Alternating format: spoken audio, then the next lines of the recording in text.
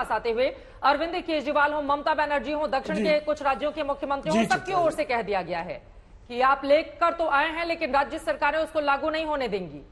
प्रेम शुक्ला जी, और चुनाव के ठीक पहले लेकर क्या आप ध्रुवीकरण की कोशिश नहीं कर रहे हैं हिंदुओं के बीच में?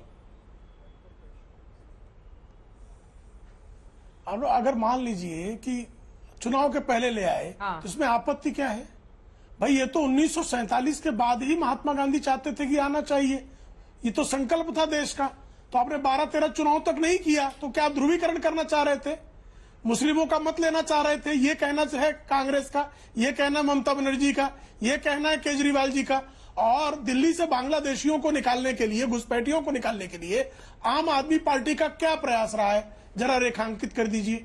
बांग्लादेशियों को निकालने की बात बंगाल में उठती है तो ममता बनर्जी छाती पीटने लगती हैं। असम से बांग्लादेशियों को निकालने की बात होती तो लोग पीड़ित हो जाते हैं। मुंबई में रोहिंग्या के समर्थन में जो है आजाद मैदान में नंगा नाच किया मुसलमानों ने, और जब नंगा नाच किया तो ये भाई श्रीमान वारिस पठान जो है दंगाइयों के पक्ष में खड़े थे। रोहिंग्या को तो जो है आप यहाँ शरण दीजिए, उसके लिए ये नंगा नाच करेंगे। लेकिन जिनको उत्पीड़ित किया गया है, जिनके समर्थन में महात्मा गांधी से लेकर डॉक्टर मनमोहन सिंह तक इस देश को लगातार संबोधित करते रहे, संकल्प लेते रहे हैं, उन शरणार्थियों को, चूंकि हिंदू है, मुझे बताइए कौन सा जैन जो है आतंकवादी है जो वहां से शरणार्थी बनकर आया है? कौन सा सिख आतंकवादी है? कौन सा सिख जो है डकैती के केस में वहां से आया? कौन सा पारसी आतंकवादी आज तक निकला है? एक पारसी का नाम मुझे बता दीजिए जो पाकिस्तान से भारत में आया और आतंकी गतिविधि में शामिल हुआ। रोहिंग्या के आतंकी गतिविधियों में शामिल होने के प्रमाण है, लेकिन जैन आतंकवादी कहना चाह रहे हैं आप, हिंदू आतंकवादी कहना चाह रहे हैं। ये केजरीवाल हिंदुओं को आतंकवादी कह रहा है। इससे अधिक जो है हिंदुओं को कलंकित करने का कुत्सित कुकर्म क्या हो सकता है? ये केजरीवाल ने क्या अपना धर्मांतरण कर लिया है क्या कि हिंदुओं को आतंकवादी कह रहा है, जैनों को आतंकवादी कह रहा है, पारसियों को आतंकवादी कह रहा है? ईसाई आतंकवादी है क्या जो पाकिस्तान बांग्लादेश से उत्पीड़ित होकर जो लोग आए हैं तो उसमें से कौन आतंकवादी है? किसके खिलाफ आतंकवाद का कौन सा? ठीक है प्रेम शुक्ला जी, अगर मेरा एक सवाल इसी से जुड़ा हुआ, चूंकि ममता बनर्जी और दक्षिण से जो आवाज उठी है उसमें मुस्लिमों के साथ दोयम दर्जे का व्यवहार किया जाएगा, ये आरोप आप लोगों पर लगाए गए हैं, तो मुस्लिम नागरिकों के लिए क्यों नहीं इस तरह की कोई व्यवस्था है जैसा कि आप बाकी धर्मों के लिए कर रहे हैं? नहीं, ये प्रश्न नहीं, मुस्लिम गलत है। ममता बनर्जी की ओर से कहा गया है कि दोयम दर्जे का व्यवहार होगा, वो नहीं लागू होने देंगे। जी प्रेम शुक्ला जी, हमको बोलने दो ना। कैसे होगा बताइए? एक इस्लामी देश में, इस्लामी देश में, बांग्लादेश में मुसलमानों के साथ दोयम दर्जे का व्यवहार हो रहा है कि हिंदुओं के साथ हो रहा है? पाकिस्तान में हिंदुओं के साथ दोयम दर्जे का व्यवहार हो रहा है कि मुसलमानों के साथ हो रहा है? अफगानिस्तान में सिखों के गुरु ग्रंथ साहिब को ले आना पड़ा कि कुरान शरीफ को लाना पड़ा? मुझे बताइए ना, अफगानिस्तान में किसके साथ दोयम दर्जे का व्यवहार हो रहा है? अफगानिस्तान में धर्म के आधार पर उत्पीड़न मुसलमानों का हो रहा है कि हिंदुओं, सिखों, जैनों, बौद्धों का हो रहा है? तो आप जो है कैसे दोयम दर्जे का व्यवहार हो रहा है जी?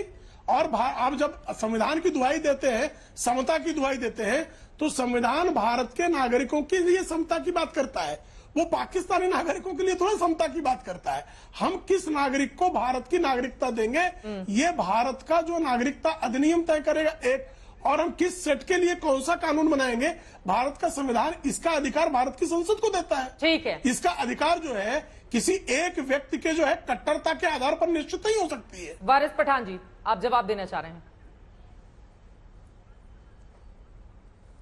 देखिए, सबकी बातें मैंने सुना, बहुत देर से सुन रहा था मैं। अभी यही आप देख लीजिए किस तरह से डिस्क्रिमिनेशन चल रहा है, किस तरह से इक्वालिटी का जो है फंडामेंटल राइट का उल्लंघन किया जा रहा है। अगर यदि मुसलमान यहाँ पर आ गया, रह रहा है, तो घुसपैठिया हो गया, और अगर वहीं पर हिंदू भाई, सिख भाई, क्रिश्चियन भाई आ गया तो वो शरणार्थी हो गया। ये पैमाना डिस्क्रिमिनेशन का, इक्वालिटी का लगाने वाले ये लोग कौन होते हैं? किस बुनियाद के ऊपर ये लगाएंगे? अभी प्रेम शुक्ला ने कहा कि किस तरह से कोई हिंदू आतंकवादी हो सकता है। प्रज्ञा ठाकुर ने अपना धर्म छोड़ दिया क्या? वो भी तो अभी तक तो आतंकवादी के केस में, मालेगांव के ब्लास्ट केस में इन्वॉल्व है। वो नहीं, उसे धर्म चेंज कर दी क्या उसने? हिंदू है ना वो भी, तो सनातनी है वो भी, तो आप ऐसा बोल नहीं सकते कि आतंकवादी हो ही नहीं सकता है मुसलमान। इस आधार पर अरे आ जाएगा, इस आधार पर आप सारे रजाकार आतंकवादी हैं। रजाकार मुझे बोलने दो, आतंकवादी हैं आप जी। बोल रहे थे, मैं कितनी अच्छी रिसर्च सुन रहा था, देखो मजा नहीं आएगा। पठान जी की बात सुन लीजिए, वो ठीक चले है, गए ठीक है, जिसको एक एक जाने करके का। अपनी बात रखेंगे, नहीं, व्यक्तिगत टिप्पणी नहीं करेंगे, एक एक करके अपनी बात रखेंगे। फिर क्या प्रेम शुक्ला जी, होएगा? मैं आ रही हूँ, एक बार वारिस जी की प्रेम बात हो जाए। शुक्ला, व्यक्तिगत नहीं, ओवैसी का नहीं, बहुत फिर बड़ा क्या प्लीज, होएगा? प्लीज प्लीज आप बोलेंगे, फिर मैं बीच में बोलूंगा, ठीक है, कोई तो बीच मजा में नहीं नहीं बोलेगा आएगा एक दूसरे के, फिर कोई मजा बीच में नहीं नहीं आएगा। बोलेगा। ठीक है, बोलिए बोलिए आप बोलिए, बोलेंगे, वारिस पठान जी। फिर मैं बोलूंगा तो मजा नहीं आएगा। हाँ, जो रजाकार थे वो तो चले गए, मगर जो गोडसे नहीं, बोलिए था ना ना। देश का सबसे पहला आतंकवादी, वो तो यहाँ नहीं गए ना। गोडसे ओवैसी की के औलाद पूर्वज अपनी कहाँ जिंदा चले गए? है, कहाँ गोडसे चले की गए? नाजायज पहला औलादे अब तक आतंकवादी जिंदा तो है ना।